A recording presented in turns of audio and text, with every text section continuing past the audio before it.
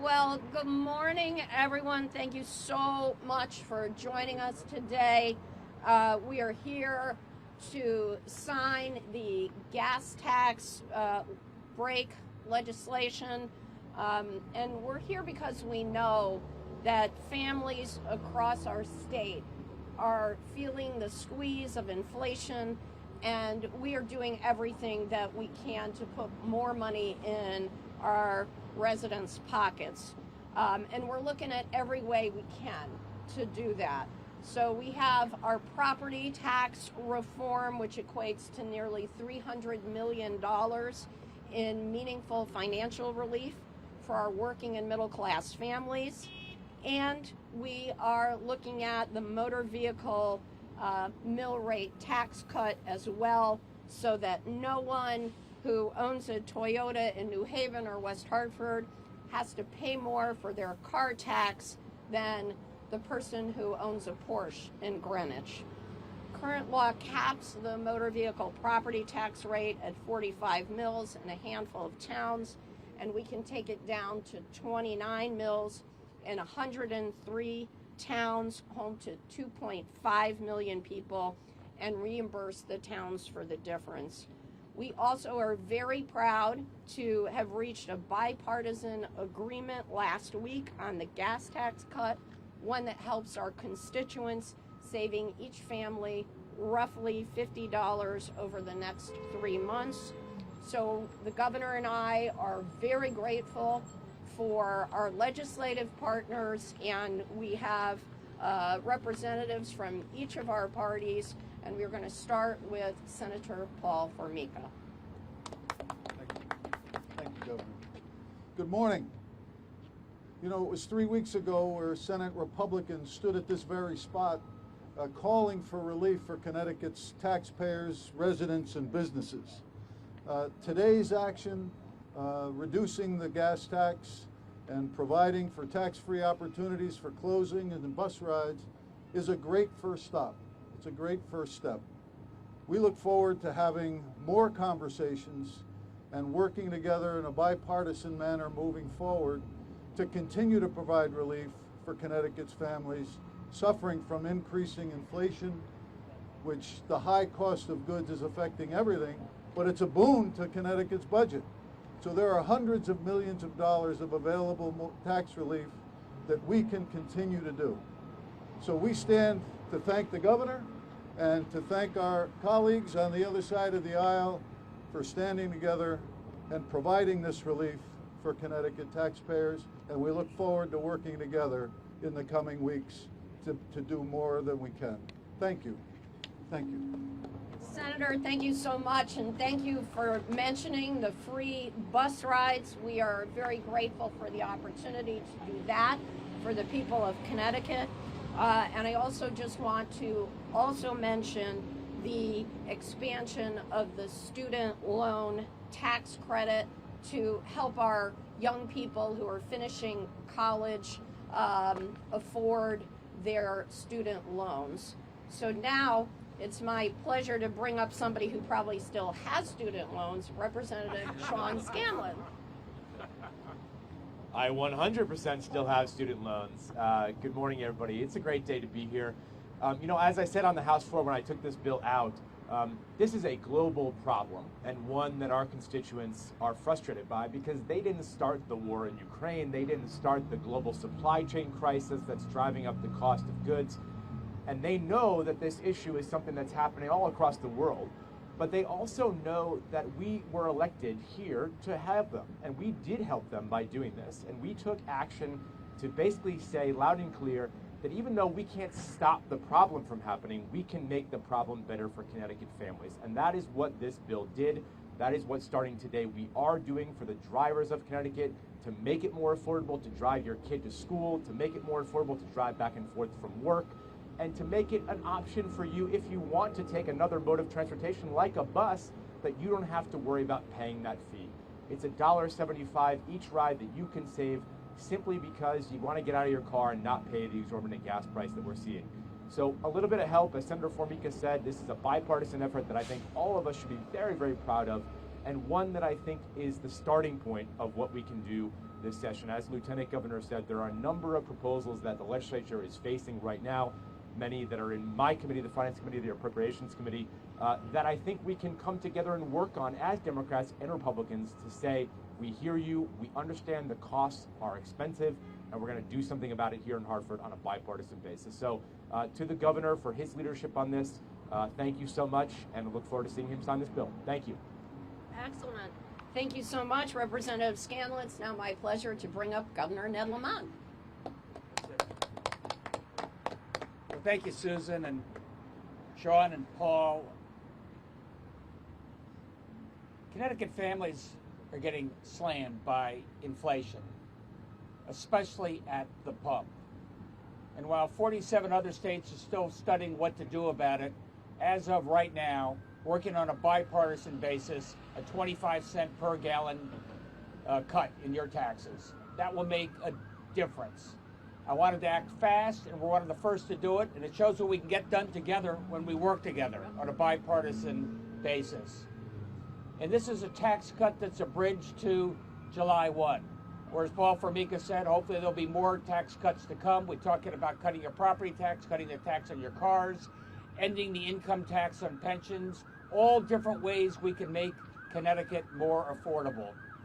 And finally, what we're able to do for folks who rely upon a bus, or to get more people into the bus going forward.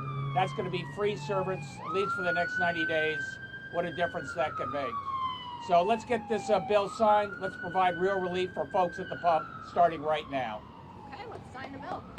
We'll do questions after the bill signing. Yeah, the bus is right there, though, so you're good. Oh, you got the bus. Okay.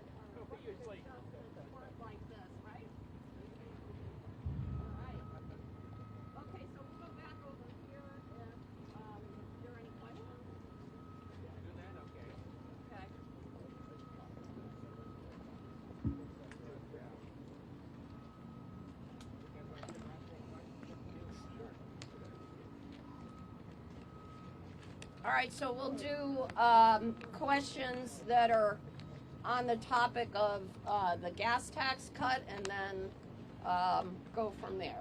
Governor, could you explain, or maybe the legislators, how this works? Because there seems to be some confusion as to exactly when this is going to happen. The Attorney General has said April 1st. You've heard other people, I think you, Governor, said it might take a couple of days. The guidance I read yesterday from the DRS says April 1st. So when should people expect to see this discount? I'll start with that. The question for Paul is, when can you start seeing that discount? It should be right now.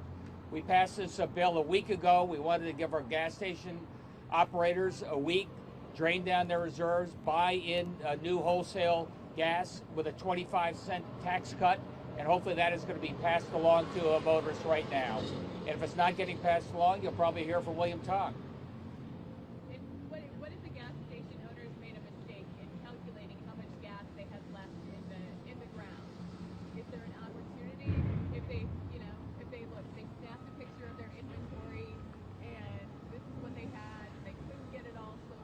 It's been a week. They've had a chance to mitigate that. Look, different gas stations are going to pass along 100% of the tax cut. Some may do more, some may do less. They've got to decide that for themselves. But I'll be going to a gas station that cuts the gas tax. So why the gas tax? I mean, I know that there was some talk behind the scenes of doing some sort of rebate based on income level. Why settle on the gas tax? I'll tell you my thoughts, but do you want to speak to that first? Yeah. Senator Paul? I would just say that this is the most direct form of release that we can give them right now, and the one that we can afford to give them while still maintaining the fiscal responsibility progress that we've seen in the last couple of years, where we don't want to make sure we take a step back in the wrong direction. We also want to help people that are hurting right now, and this was the best way that we felt that could do that without sacrificing that progress that we've recently made. Okay, Senator? Yeah, for all the reasons that you just heard, but additionally, we have opportunities with the sales tax. You know, the overcollection of the sales tax based on inflation gives us some opportunities to do something there too. We would have liked to have seen something done more with that, but this was a good first step as evidenced by the overwhelming support in the legislature. I think it was unanimous. So let's get started, and then we can work together to see what we can do further, because there are still hundreds of millions of dollars on the table we can get back to Connecticut's families. Right. So there's a surplus in the Special Transportation Fund of $500 million. This would take away about $90 million of that. Why not stop the highway user fee, Governor, from going into effect? Hasn't Because taken that effect would help yet. other small businesses that use diesel fuel. Well, a couple of things. First of all, remember 3 years ago when the transportation fund was bankrupt. It's good to have some surplus in there. We've got a real demands upon the transportation fund. With the infrastructure money coming, we're going to have to put up 20-30% of our share there. Right now, we've got probably $250 million surplus in there right now. We're going to use at least $90 million of it right now to give relief. The highway user fee on the big tractor trailer trucks rumbling through our state doesn't even kick in for a while. Governor, can you address the bigger picture? The president has released some of the oil and gas prices are going down. Do you think eventually this will rectify itself? Or if we're still going to see gas prices Sue just pointed out that President Biden is releasing millions of barrels a day out of the strategic reserve, which is one more way that we can start bringing down the price of gasoline at the pump. I think you'll see very fast turnaround there. So along with our gas tax cut, I think that's going to serve to also reduce gas prices. And hopefully something happens in Ukraine that lets oil start flowing again around the world. Is there anything to stop a gas station owner from making up whatever he might have lost on July 1st? Well, can't raise the prices now. I'm taking a hit here. On July 1st, I'll raise my prices and, over the next month or so, recoup my losses. Well, one, the market. If you want to do that and the guy across the street wants to pass along a little bit of savings to the motorists, I know which gas station I'm going to go to. Yep. But there's nothing to stop that, correct? No, just the market. But even they say after 3 or 4 days, they'll cut prices. That's right. Yep. Anything else on the gas tax? All right, thanks so much. Thanks, everybody. Nice to see you. Sure, you want to? Yeah, keep going. You want to Okay. be here for off topics? Paul, I could use some help. Go ahead. So, is the camera guy don't recognize a sign that the campaign is starting to heat up? We're thinking about things. Okay. So, I mean, you're on the air with your first ad this week. I'm on the ad with a look. I wanted to get through the session, but obviously the politics is kicking up. My opponent's been on TV for months now, so we did do a positive ad that went up a couple days ago, talking about tax cuts and getting the state moving again. Are you concerned about outside spending? About PACs coming into the state and advertising? Yeah, I think it sort of violates the spirit of what we're trying to do with campaign finance reform in a state like this, but can't fight gravity. It's happening all over the country. Well, will you have a super PAC? Is there going to be a super PAC? Is your campaign talking or not talking with anybody about such a No, we're not. We are not. But Paul, we'll see what the future brings, depending on how much money gets poured into this race. Well, you might not have any control over that either, correct? Yeah. I have a question for Sean. Perfect. I understand that Aid and Dying may advance more this year than last year, and that may actually get recommended by the public health. Comment on that? Do you think that's a chance this year? Well, it did pass the Public Health Committee as it did last year. Not public health, I mean, from the Department of Public Health, putting in a recommendation. Well, I certainly can't speak for what the commissioner is going to decide to do on that. I can just say that I think it's a very tough and emotional issue for a lot of people that see both sides of it. And I think we're going to have a conversation over the last couple weeks of session to know whether or not that's something we think we can support here in Connecticut. It did pass one committee. I think it does have to go to another. Whether the administration weighs in or not, I can't speak to that. I just can say that it's a tough issue for many of us who do see both sides of it. Well, you guys are all talking about tax cuts, but just the other day, the Office of Policy Management informed your committee that the projected 2024 deficit is $1.4 billion, down from 1.47 in November, and perhaps will shrink somewhat more when you come out with these April 30th consensus revenue estimates. But how can we afford tax cuts when we're looking at a $1.4 billion deficit potentially in the future? Well, Governor can certainly chime in, but I'd love to hear it. what I would say is that we have been very cautious, and we have built up our reserves thanks to the governor's leadership and the legislative actions that we've taken in 2017 to stabilize our finances for the first time in a very, very long time.